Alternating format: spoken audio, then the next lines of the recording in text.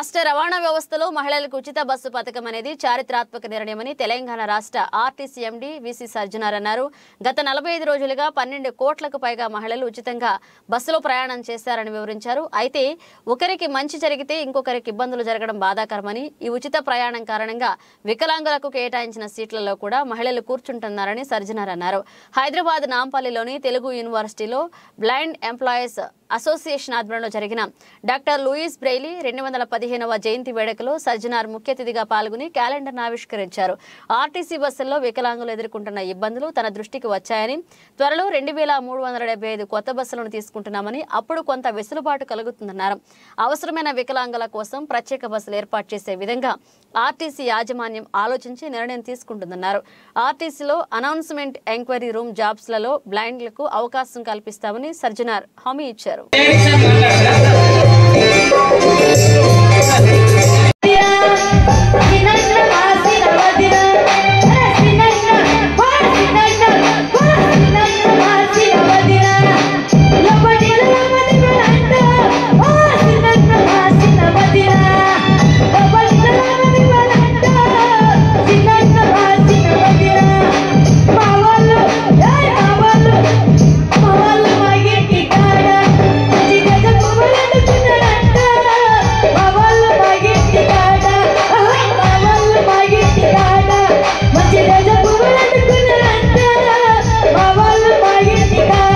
ఈ రోజు ఈ ఫంక్షన్ రావడానికి చాలా సంతోషం అనిపిస్తుంది.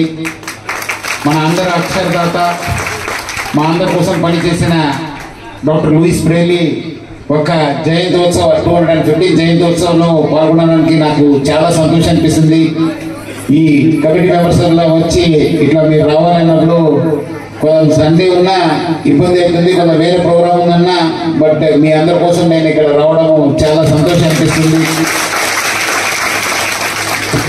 లూయిస్ బ్రెయిలీ అనే ఏదో ఒక సందర్భంలో కంటిని పోగొట్టుకోవడము, తర్వాత ఆయన చాలా ఇబ్బంది పడి తర్వాత మా అందరి కోసం ఒక లిపిని కనుక్కొని మళ్ళీ అది కూడా సింప్లిఫై చేయడం ఒక గొప్ప మా అందరి కోసం పనిచేయడం జరిగింది.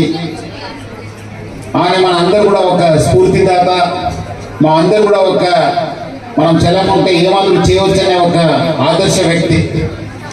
సో డెఫినెట్లీ మీరందరూ కూడా వచ్చే రోజు కూడా ఆయన స్ఫూర్తి తీసుకొని మీరు ఎటువంటి మనకేదో మనము ఛాలెంజ్ మనకు ఒక ఇన్ఫ్లుయెన్స్ ఉంది, మనము వేరే వాళ్ళ పైన ఆధారపడాల్సి వస్తుందని చెప్పి మీరందరూ కూడా అనుకోకుండా జీవనంలో మీరు ఉద్యోగంలో ఉండొచ్చు, ఉద్యోగం లేకపోయినా ఒక ఆశను పెట్టుకొని ముందు పోవాలని చెప్పి మీరందరూ కూడా నేను కోరుతున్నాను. ఈరోజు మన విజువల్ ఛాలెంజ్ లో ఉన్న వాళ్ళు చాలా మంది మనకు చాలా పెద్ద పెద్ద స్థాయిలో వెళ్ళడం జరిగింది. సూర్దాస్ మన కవి కూడా మీ అందరూ కూడా తెలుసు. అదేవిధంగా అడ్వకేట్ జనరల్ అయినారు, కొంతమంది ఐఏఎస్ ఆఫీసర్స్ అయినారు, కొంతమంది సెంట్రల్ గవర్నమెంట్ స్టేట్ గవర్నమెంట్ లో కూడా ఆఫీసర్స్ కావడం జరిగింది. ఎల్ఎన్ కెల్లర్ కూడా మీ అందరూ కూడా తెలుసు. అదేవిధంగా ఈ మధ్యలో జరిగిన రామ జన్మభూమి ఒక కేసులో కూడా చాలా కీలకమైన ఆధారం కూడా సంగ్రహించింది రామ్ భద్రాచార్య అని చెప్పి కూడా మీకు తెలియపరుస్తున్నాను. ఆయన సేకరించిన ఒక కీలక సమాచారం వల్లనే అక్కడ ఒక రాముడు జన్మించారని చెప్పి కూడా ఒక నిర్ధారణ కావడం జరిగింది. ఇట్లా చాలా మంది మనకు ఆదర్శ వ్యక్తులు ఉన్నారు. మనకందరూ కూడా వాళ్ళందరూ కూడా స్ఫూర్తిదారులు. మీరందరూ కూడా వాళ్ళ స్ఫూర్తి తీసుకుంటారని చెప్పి నేను ఆశిస్తున్నాను.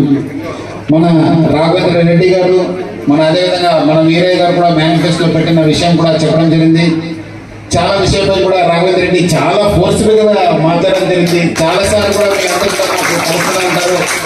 డెఫినెట్లీ రాష్ట్ర ప్రభుత్వము ప్రజా రవాణా వ్యవస్థకి ఒక చారిత్రాత్మక నిర్ణయం తీసుకోవడం జరిగింది. ఆడపిల్లలకి, మహిళలకి, థర్డ్ జెండర్ వాళ్ళందరూ కూడా ఫ్రీ అనేది ఒక చారిత్రాత్మక నిర్ణయము, ప్రజా రవాణా వ్యవస్థకు ఒక మేలు జరిగే నిర్ణయము. దానివల్ల ఈరోజు చాలా మంది మా బస్సులో ప్రయాణం చేయడం జరుగుతుంది. ఈ యొక్క 45 రోజుల్లో దాదాపు 12 కోట్ల మంది పైన మా బస్సులో ప్రయాణించారని చెప్పడం నాకు చాలా సంతోషం అనిపిస్తుంది. డెఫినెట్లీ ఒకరికి మంచి జరిగితే ఇంకోటి వాళ్ళకి డెఫినెట్లీ అది ఇబ్బంది కలుగుతుంది. ముఖ్యంగా మన అందరూ కూడా అది ఇబ్బంది కలిగిందని చెప్పి కూడా నా దృష్టిలో కూడా చెప్పడం జరిగింది. చాలా మంది మీలో ఉన్న వాళ్ళు కూడా నా మెసేజ్ ఇచ్చారు. కొంతమంది కలుగుతుంది ఏదో చేయండి సార్, మీ హాయంలో చేయండి అని చెప్పి మాకు కూడా చెప్పడం జరిగింది. ఆల్రెడీ నేను క్లియర్ కట్ ఇన్స్ట్రక్షన్ ఇవ్వడం జరిగింది. అందరూ కూడా తెలుసు, దాదాపు వచ్చే రోజు 2375 బస్సెస్ మనం తీసుకోవడం జరుగుతుంది. ఆ ఒక బస్సెస్ వచ్చిన తర్వాత డెఫినెట్లీ మనకు కొంచెం వెసులుబాట దొరుకుతుంది.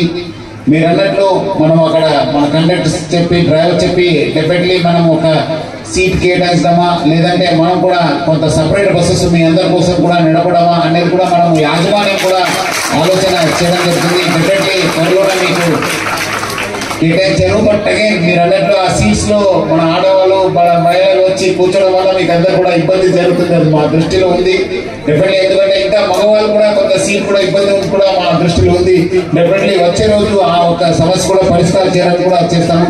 ఇంకా మన మలేషియా కూడా చెప్తున్నారు, ఈ పాసెస్ అనేది కూడా 3 రకాల పాసెస్ మీరు తీసుకోవాలన్నారు. డెఫినెట్లీ దీనిపైన కొంచెం స్టడీ చేసి ఒక సింగిల్ పాస్ ఎట్లా చేస్తే బాగుంటుంది అనే పైన కూడా నేను డెఫినెట్లీ ఆలోచన చేసి మీకు ఎటువంటి ఇబ్బంది కాకుండా, అదేవిధంగా అటెండెన్స్ కూడా కొంత ఇబ్బంది ఉందని చెప్పి కూడా మీరు చెప్పారు. డెఫినెట్లీ దాన్ని కూడా పరిష్కారం చేయడానికి నా వంతు కృషి చేస్తాను.